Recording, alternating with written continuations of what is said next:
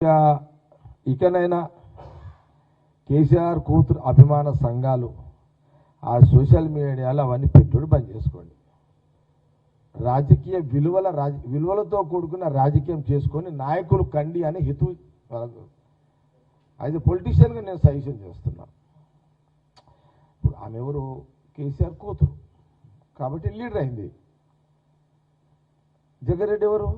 జగ్గారెడ్డి నేను లీడర్ని. కేసీఆర్ అనే నాయకుడు లేకపోయి ఉంటే కవిత లేదు. కాబట్టి నేనేమంటున్నా, పదే పదే కేసీఆర్ కూతురు అని అంటున్నా. లేదు కదా, నువ్వు కేసీఆర్ కూతురువే, దట్స్ ఆల్. ఇక నువ్వు మీ అయ్యని ఎందుకు అట్లా అంటున్నావు, అది మీ వ్యవహారం. కానీ మమ్మల్ని ఎందుకు ఇరిగించుకుంటున్నావు అలా? అది పద్ధతి కాదు కదా.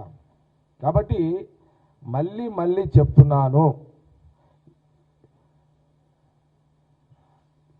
తెలంగాణ రాష్ట్ర ప్రజలకు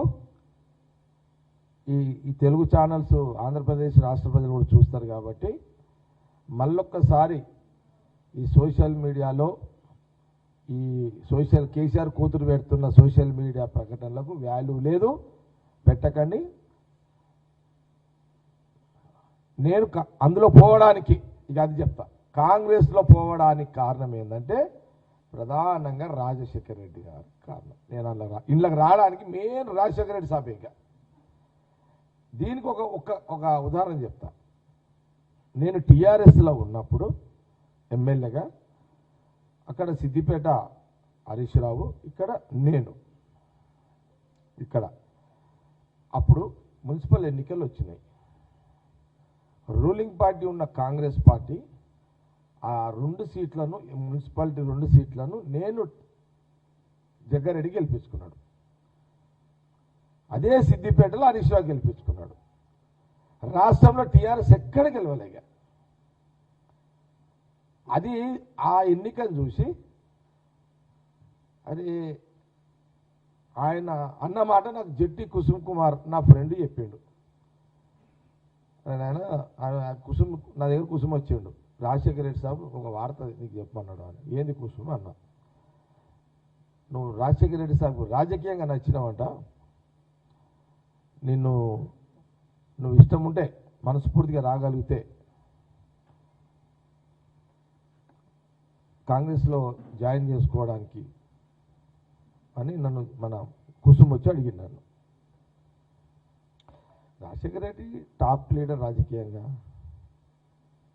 అది నిజమే మరి అని ఆయన అన్నమాట కూడా, రాజశేఖర రెడ్డి గారు అన్నమాట కూడా చెప్పమన్నాడంట. ఏం చెప్పమన్నాడంటే, జగ్గారెడ్డి నాకు నచ్చినడానికి కారణం ఏంటంటే మున్సిపల్ ఎలక్షన్లకు సంబంధించిన మన కాంగ్రెస్ పార్టీ నాయకులు ఎవరైతే ఉన్నారో, అంటే ఇది పార్టీకి సంబంధించినవి కాదు, ఇది జగ్గారెడ్డి వర్సెస్ ఇది ఇండివిజువల్గా నడుస్తున్న లెక్క ఇదంతా. నేను టీఆర్ఎస్ ఉన్నా కూడా ఇండివిజువల్ మీద చర్చ ఇదంతా. అయితే అప్పుడు ఇమ్మీడియట్లీ ఆయన అక్కడ మీద కొన్ని కాంప్లైంట్స్ ఇచ్చారనమాట వాళ్ళు, లోకల్ లీడర్స్, మా జిల్లా లీడర్స్, పేర్లు అవుతుంది. ఇక్కడ జగ్గారెడ్డిని తట్టుకోలేము. రాజశేఖర రెడ్డి గారు వీడియో కాన్ఫరెన్స్ చేస్తాడు మబ్బులు 5 గంటలకు, 5కి 5 గంటలకు వీడియో కాన్ఫరెన్స్ చేస్తాడు రాజశేఖర రెడ్డి సార్. ప్రతి ఎలక్షన్కి అంతే. ఆయన 4:30 నుంచి స్టార్ట్ చేస్తే ఆయన 6 గంటల వరకు టెలికాన్ఫరెన్స్. ఆ టెలికాన్ఫరెన్స్లో సంగారెడ్డి హెడ్ క్వార్టర్ 2 మున్సిపాలిటీకి సంబంధించి వచ్చేస్తే అప్పుడు అక్కడ ఎవరు ఉన్నారు? సునీత ఉందాడ, సునీత లక్ష్మారెడ్డి ఉంది. వాళ్ళు కానీ అక్కడ జిల్లా నాయకులు ఏం చెప్పారంటే, మిగతా దగ్గర కవర్ చేయగలుగుతాం కానీ సంగారెడ్డిలో మట్టుకైతే సదాశివపేటలో చేయలేము. జగ్గారెడ్డి కొంత ఆ బూతులు ఆయన కంట్రోల్ ఉంటాయి, ఆయన దౌర్జన్యం కూడా చేస్తాడు, పోలీసులను అటాక్ చేస్తాడు, బూతుల మీద దాడి చేస్తాడు, బీభత్సం చేస్తాడు ఆయన అని వీళ్ళు కంప్లైంట్ ఇచ్చారంట. అయితే ఈ కంప్లైంట్ ఇచ్చినప్పుడు రాజశేఖర రెడ్డి గారికి మరి ఏమనిపించిందో, ఇక ఆయన స్టైల్ అదే కదా ఆయనది కూడా. ఇక ఆయన అనుకున్నాడేమో, వీడు నా తిరిగి వెళ్ళిండేమో ఆయన అనుకున్నాడేమో రాజశేఖర రెడ్డి సాబు, ఇక అనుకున్నాడేమో. అయితే రాజశేఖర రెడ్డి సాబు ఈ మాట అయితే ఇట్లా అయిందంట, ఇక అయిందంట. మరి నేను అందుకే నా దగ్గర అప్పుడు ఇన్ఛార్జ్ సరే వాళ్ళు అడిగారు అనమాట. అడిగితే రాజశేఖర రెడ్డి సాబ్ ఏం చేశాడు, వ్యాస్ అని ఎస్పీ వ్యాస్ అంటే ఆయన చనిపోయిన వ్యాస్ కాదు, ఇంకొక వ్యాస్ ఉన్నాడు అతను. ఆ వ్యాస వరకు బాగా టచ్ ఉంటాడంటే మన మన మన ఎక్స్సీఎం కాసు కృష్ణ మినిస్టర్ ఉండే కాసు కృష్ణారెడ్డి గారు బాగా దగ్గర ఉంటాడు ఆయన. కృష్ణారెడ్డి సాబ్ పెద్ద మనిషి, సివిల్ సప్లై మినిస్టర్ ఉండే ఉమ్మడి రాష్ట్రాల్లో. ఆయన బాగా దగ్గర ఉంటాడు. ఆయన వ్యాస్ గారు ఎక్కడున్నారు ఇప్పుడు, కానీ ఆయనను ఆడేసిర్రు సంగారెడ్డిలో వేసేస్తే సంగారెడ్డిలో వేసిర్రు ఆయనని ఇన్ఛార్జ్. సంగారెడ్డిలో వేస్తే లేదు ఈ రెండు కాంగ్రెస్ గెలవ టాక్ టాక్ టాక్ అనేసరికి ఆడున్న పోలీసు వాళ్ళు డిఎస్పీ అందరూ కూర్చొని పెడితే పాపగాడ శ్రీధర్ రెడ్డి అని ఒక ఎస్ఐ ఉండే అప్పుడు, ఇప్పుడు డిఎస్పీ ఇక్కడ ఎక్కడ ఉన్నాడు సిటీలో. ఆయన ఏంటంటే సార్ అనవసరంగా జగ్గారెడ్డిని ఎందుకు, జగ్గారెడ్డి ముట్టుకోకపోతే కొంత మనం ట్రై చేస్తే బయటపడవచ్చు, ఆ ముట్టుకుంటే దాన్ని అడ్డం పెట్టుకొని ఇంకా ఆయన ఎక్కువ చేస్తాడు సార్ ఆయన, ఎందుకు ఆయన నాకు తెలుసు కదా ఆయన అవకాశాన్ని సద్వినియోగం చేసి పడేస్తారు సార్, ముట్టుకోకుండా అని అన్నాడంట. నా సజెషన్ సార్ అంటే ఎస్పీ వ్యాస్ గారు అటు డిఎస్పీ ఒక ముస్లిం ఉండే ఆయన అంటే వ్యాస్ గారితో నేను చూసుకుంటా నేనేం చేయాలో చేస్తా అని చెప్పి నన్ను ఎగ్జాక్ట్లీ 12:30కు హౌస్ అరెస్ట్ చేసారు. ఇక నాకు ఒక సెకండ్ కోపం వచ్చింది, కోపం రాని ఊరంతా లేపేసిన, లేపుడే ఇక మొత్తం ఇక రెచ్చగొడతా కదా మా వాళ్ళని. ఇక నా కోపం రాగానే మొత్తం బూతులలో పడ్డారు, డా అని గుద్దు పాడేసి డా అని అయిపోయింది. వాళ్ళ రూలింగ్ రాజశేఖర సాబ్ గవర్నమెంట్లోనే ఇది అంతా జరిగింది. Talk talk talk talk talk రెండు మున్సిపాలిటీలు గెలిపించేసినట్టుగా. ఇది నచ్చి రాజశేఖర రెడ్డి గారు నన్ను పిలిచి